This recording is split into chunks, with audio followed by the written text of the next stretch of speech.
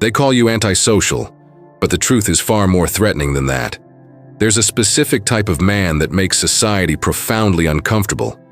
He's not violent, not criminal, not even particularly rebellious in the traditional sense. But he terrifies the system more than any revolutionary ever could. This man chooses books over bars, solitude over social climbing, inner exploration over external validation. He's the man who prefers a Friday night with Dostoevsky to a Friday night with colleagues. The man who finds more wisdom in ancient philosophy than modern small talk. The man who's genuinely content in his own company, while others scramble desperately to avoid being alone with their thoughts. And society hates him for it. Not just dislikes him, actively fears and attempts to shame him back into the fold. Why does a man who chooses intellectual depth over social performance trigger such intense reactions? Because he's discovered something that threatens the entire social contract. He's learned that you don't actually need them. Not their approval, not their validation, not their superficial connections that masquerade as friendship. Carl Jung, one of the greatest minds in psychological history, understood this dynamic better than almost anyone. He spent years studying why certain individuals terrify collective consciousness, why society attacks those who find completeness outside the group. Jung discovered that the individuated man, the person who has done the deep inner work of knowing themselves completely, becomes immune to social control. And immunity to social control is the most dangerous quality anyone can possess. Today we're exploring why your preference for books over people isn't a weakness or social deficit. It's a threat to everything society is built upon. We're going to understand the psychology behind why they shame you for choosing solitude. We're going to see how the collective consciousness weaponizes loneliness to keep you dependent. And by the end, you'll understand that your so-called antisocial tendencies might actually be the highest form of psychological evolution. Before we dive deeper, I want to know where my fellow readers are watching from. What city are you in right now? Probably alone. Probably at peace with that. Drop your location in the comments. Let's map out where the minds that choose depth over distraction are located. Let's show each other we're part of something bigger than their shallow social games. Now let's examine why your bookshelf is more threatening than any weapon. Jung wrote extensively about what he called the collective unconscious, the shared psychological patterns that bind societies together. But here's what most people miss about his work. The collective doesn't just want unity, it demands conformity. It requires that you find meaning, value, and identity through group participation. The person who discovers meaning independently, who doesn't need the collective to feel complete, represents an existential threat to the entire system. Think about how people react when you decline social invitations to read instead. They don't just accept your choice, they interrogate it. What's wrong? Why don't you want to come? Are you depressed? Are you okay? Notice the assumption embedded in every question. Something must be wrong with you for preferring books to their company. The possibility that you're genuinely more fulfilled by intellectual engagement than social performance doesn't compute in their worldview. Because if you can be happy alone, if you can find meaning in books and ideas rather than bars and small talk, what does that say about their choices?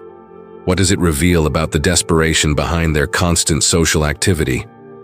The man who prefers books has done something most people never do. He's confronted the void that lies beneath social performance. Most people fill every moment with noise, company, distraction, anything to avoid being alone with themselves. They check their phones obsessively. They say yes to social obligations they don't enjoy. They surround themselves with people who don't actually understand them. Why? Because they're terrified of what they'll find if they ever sit in silence. They're running from themselves, and your contentment in solitude reminds them of what they're running from. Jung called this the shadow, the parts of ourselves we refuse to acknowledge. For most people, their shadow includes the terrifying truth that they don't actually like themselves very much. That if forced to spend extended time in their own company, they'd be miserable. So they project this fear onto you. They assume you must be suffering in your solitude because they would be suffering. They can't conceive that you've done the work they're avoiding, that you've faced your shadow, integrated it, and discovered that you're actually excellent company for yourself. Books provide something that most social interactions never can: genuine depth. When you read Nietzsche, you're engaging with ideas that took years to develop, with insights that cost someone their entire life to achieve. When you read Jung, you're accessing wisdom earned through decades of studying human consciousness. When you read the great novels, you're experiencing psychological and emotional complexity that shallow friendships never approach. Compare that to typical social interaction: surface-level conversations about nothing important, performative displays of success and happiness, gossip masquerading as connection, empty rituals that leave you feeling more alone than actual solitude. The man who chooses books isn't running from people. He's running towards something deeper, something more real, something that actually feeds his soul instead of just filling his time. Here's what society won't admit. Most social interaction is about control, not connection. It's about establishing hierarchies, enforcing norms, ensuring everyone stays in their designated role. When you gather with colleagues, you're not just socializing. You're reinforcing workplace power dynamics. When you attend family events, you're not just connecting, you're submitting to familial expectations. When you join social groups, you're not just making friends. You're accepting surveillance and judgment. Every social interaction carries implicit demands. Act this way, think these thoughts, value these things. The man who prefers books has opted out of this control system. He's chosen genuine intellectual freedom over comfortable belonging. And that choice terrifies them because it exposes the prison they're all living in. They need you to be lonely, to be desperate for their approval, to need inclusion in their groups. Because if you don't need them, their entire social hierarchy loses power. Jung discovered through his own experience what he called the dark night of the soul, a period of intense isolation where he confronted his deepest fears and emerged transformed. Most people never undergo this process because they're too afraid of what they'll find. They need constant external validation to avoid looking inward. But the man who chooses books volunteers for this journey. Every time he sits alone with a challenging text, he's choosing confrontation over comfort. Every time he prefers solitude to socializing, he's choosing growth over safety.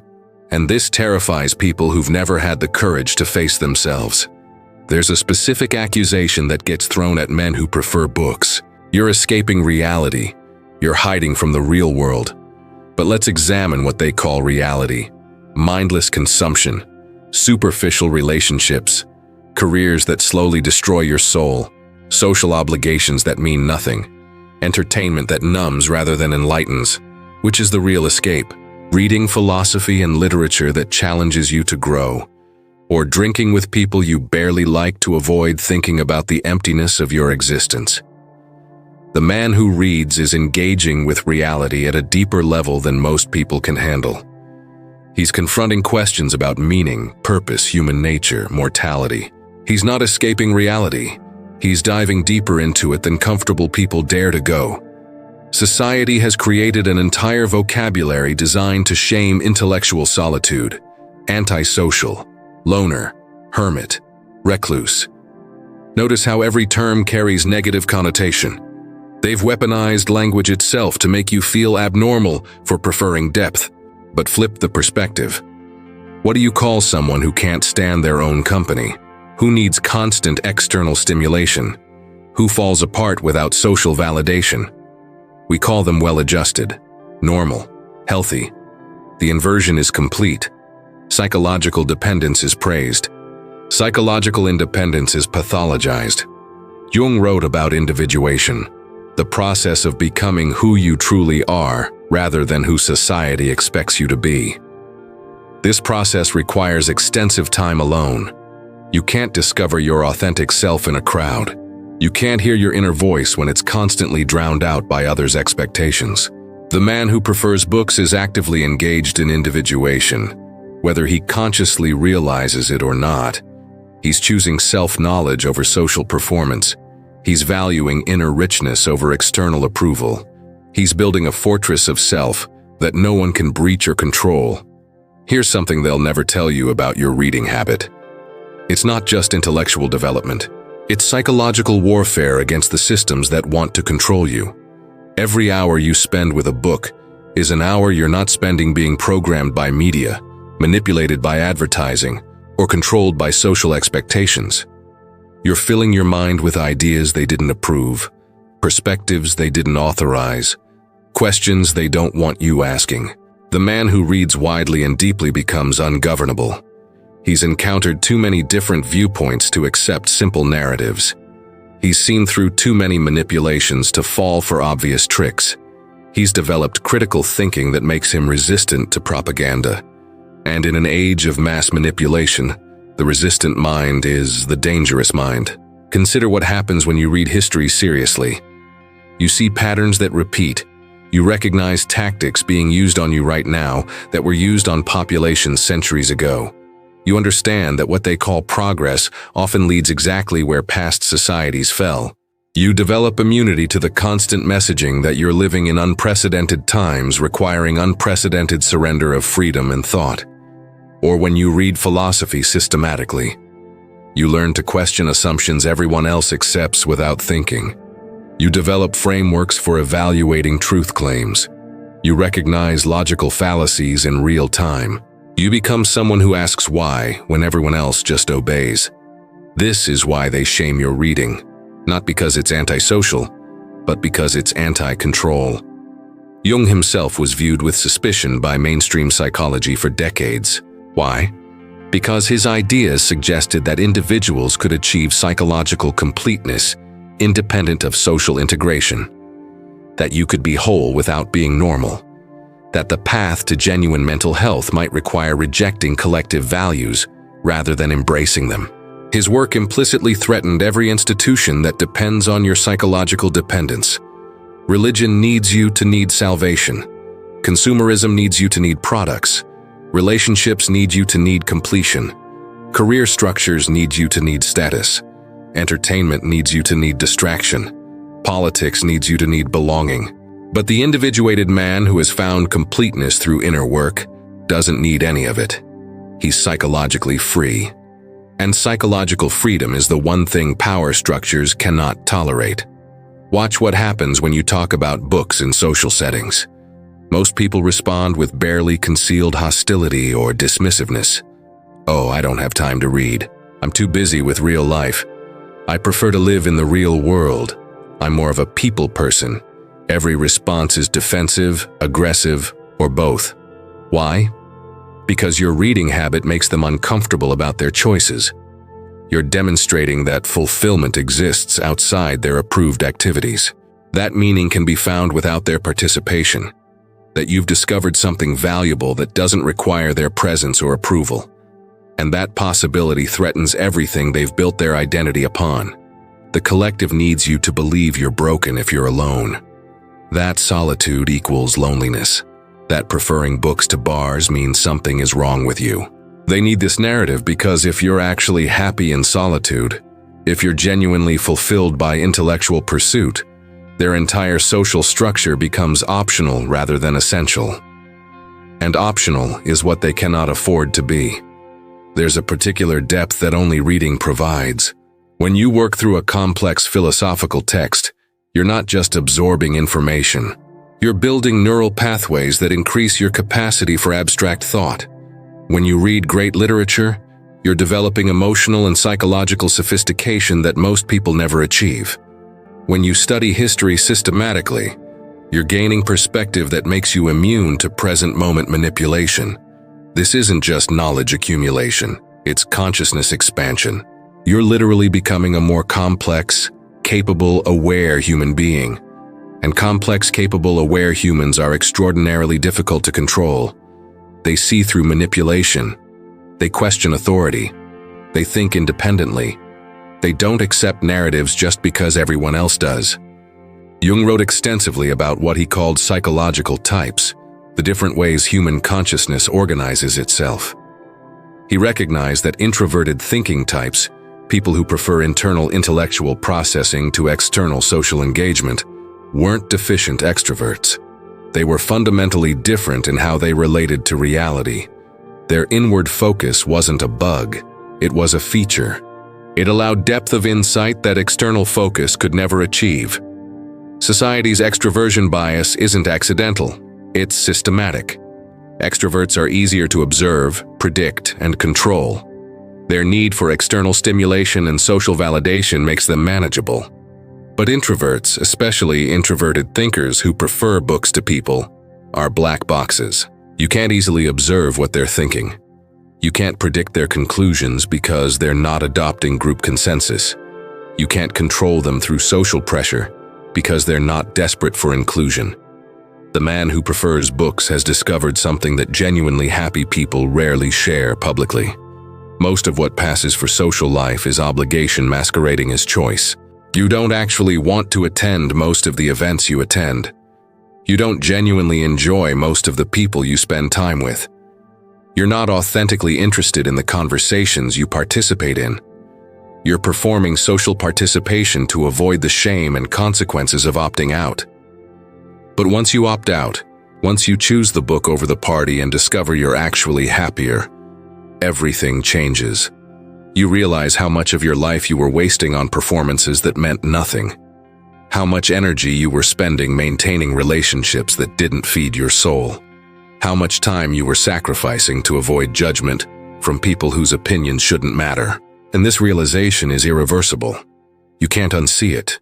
You can't go back to pretending those empty social obligations matter. You're free, and freedom is lonely only until you realize it's actually liberation. Here's the pattern nobody discusses. The same people who shame you for reading, for preferring solitude, for choosing intellectual depth, are usually the same people who complain constantly about their lives. They're stressed by social obligations. They're exhausted by maintaining appearances. They're unfulfilled despite checking every box society told them would bring happiness. But they don't connect their suffering to their choices. Instead, they attack yours. Your contentment in solitude reminds them of possibilities they're too afraid to explore. Your fulfillment through reading suggests that maybe all their social scrambling is unnecessary. Your peaceful independence reveals that their desperate dependence might be optional. So they shame you, not because you're doing something wrong, but because you're revealing that they're doing something wrong. And that revelation is unbearable. Jung's concept of individuation is fundamentally threatening to collective consciousness because it suggests that the highest human achievement is becoming yourself rather than fitting in. That psychological maturity means knowing yourself deeply rather than being well-liked broadly. That wisdom comes from inner exploration rather than external validation. Every society throughout history has feared and attacked the individuated person. The philosopher who questions accepted truths, the artist who sees differently, the thinker who doesn't conform. Why? Because these individuals demonstrate that the collective isn't necessary for completeness, that you can be whole without being assimilated, that the group's power over you is based on manufactured need rather than genuine necessity. The man who prefers books to people is engaged in active individuation, whether he realizes it or not. Every book he reads adds complexity to his inner world. Every idea he encounters gives him new frameworks for understanding reality. Every hour of solitude he embraces deepens his relationship with himself. He's becoming something that society simultaneously needs and fears. Needs because individuated people drive genuine progress and innovation. Fears because individuated people can't be controlled through normal mechanisms of social pressure and collective judgment. There's profound irony in how society treats reading. They claim to value education, literacy, intellectual development. But when someone actually commits to serious reading, to genuine intellectual growth, to choosing books over superficial socializing, they attack it. Why the contradiction? Because they want controlled education that produces compliant workers, not free education that produces independent thinkers.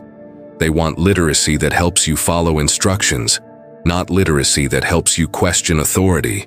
They want intellectual development that makes you a better cog in their machine, not intellectual development that makes you ungovernable. Your bookshelf represents the dangerous kind of education, the kind they can't control, the kind that produces questions rather than obedience, the kind that frees rather than domesticates.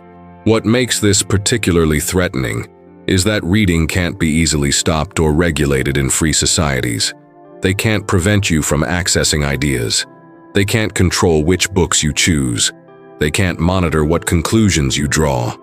All they can do is shame you, make you feel abnormal for preferring depth, attack your choice as antisocial or escapist. But if you're strong enough to resist that shaming, if you're secure enough to continue choosing books over their approval, you become truly free. Free in a way that terrifies every system built on controlling human behavior through social pressure and collective judgment. You've just finished a video that most people will dismiss, but that some will recognize as describing their exact experience. The fact that you watched this far means you already know the truth. Your preference for books over people isn't a deficit, it's discernment. It's not antisocial, it's anti-superficial. Right now, I want you to drop this exact phrase in the comments. Books built my fortress. Let's show each other we exist. Let's map out where the reading men are. The ones who chose depth while others chose distraction. Your comment creates community for those of us who found freedom in solitude. Hit that subscribe button because this channel is being built for minds that refuse to stay shallow. Every video we create challenges the narratives that keep people compliant. Every subscription tells the algorithm that depth matters, that there are people hungry for ideas over entertainment. And smash that like button to push this message to other men sitting alone with books right now, wondering if they're the only ones who chose this path. Your engagement proves they're not alone.